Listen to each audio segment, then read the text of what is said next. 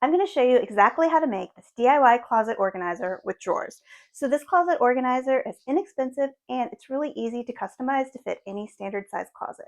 But my favorite thing about it is that now I've added this closet organizer, this closet can easily hold 3 times as much stuff as before. Hi, it's Carrie from Lovely Etc. and I'm excited to show you how to build your own custom closet organizer that perfectly fits your closet. There are a ton of closet systems out there that you can buy, but I prefer making my own closet organizers because that way I can make it perfectly fit my own closet and the stuff that I need to store there. Plus, it's way cheaper. This organizer cost around $200 in material, and yeah, that's not free, but just buying this center drawer section pre-built from a store would cost more than that alone. I did figure out several tricks that really helped me save some money during this build, and I'll be sure to share those throughout the video.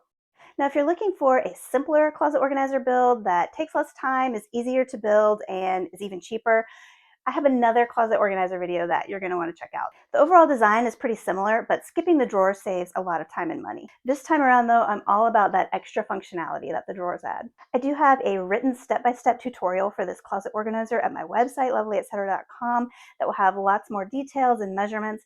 And I'm also working on creating some printable PDF build plans that you'll also be able to find there in my shop. All right, now let's get into how to build your own closet organizer.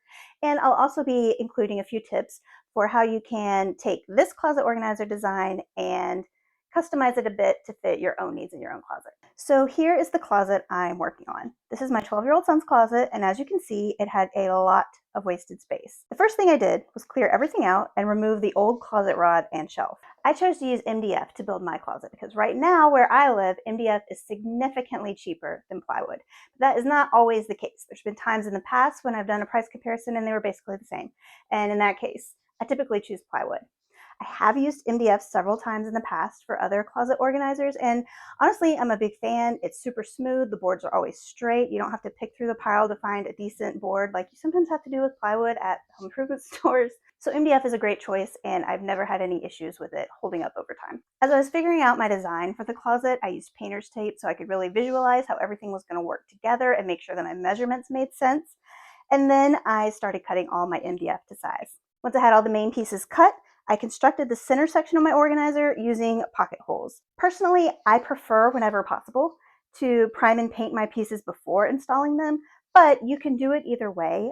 I just prefer painting them first because it goes faster and then you don't have to be all contorted into weird positions trying to get in all the nooks and crannies.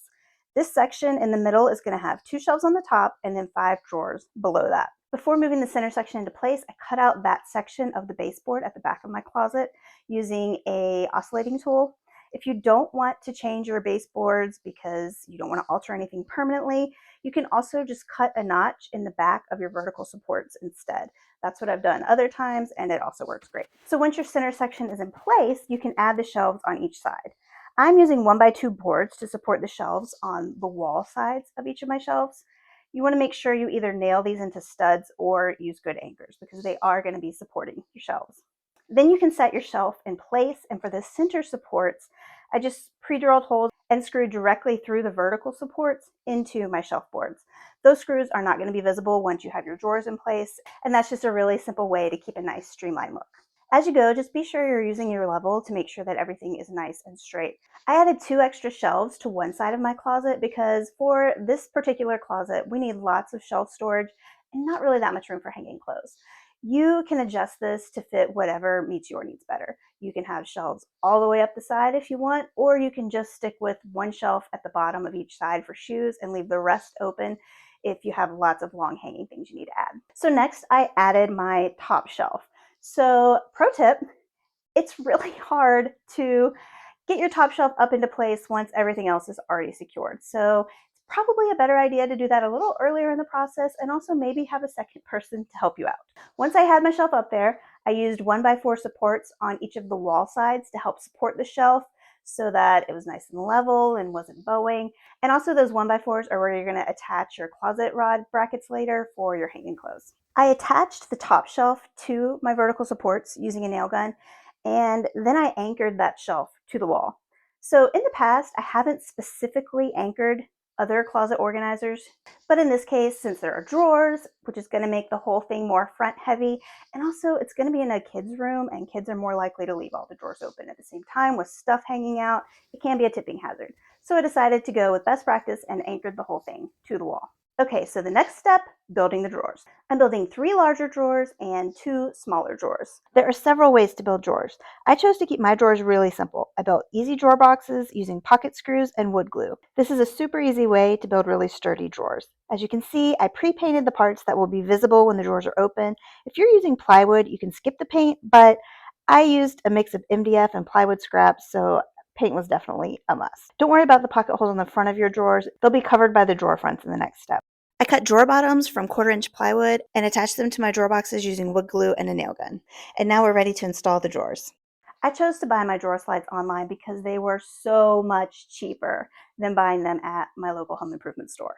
I'll link the ones I'm using in the video description. So to install your drawers, place your drawer slides where you want them. It really helps to use scrap wood to support them during the installation.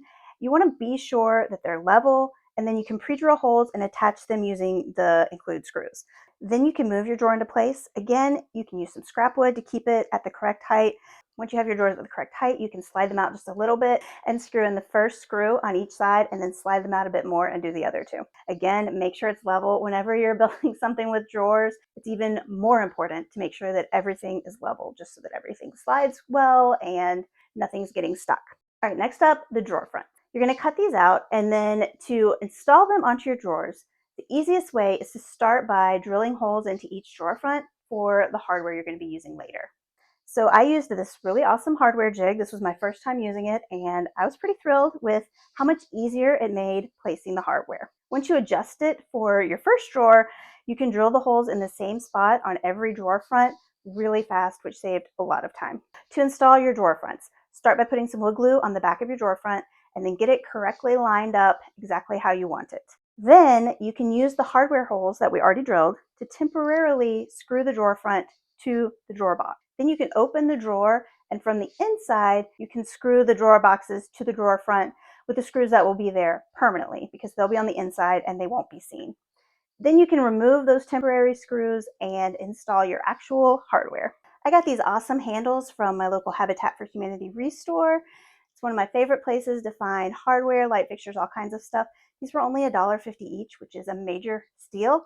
And the money goes to help support Habitat for Humanity, so it's really a win-win. The last step is to install the closet rides.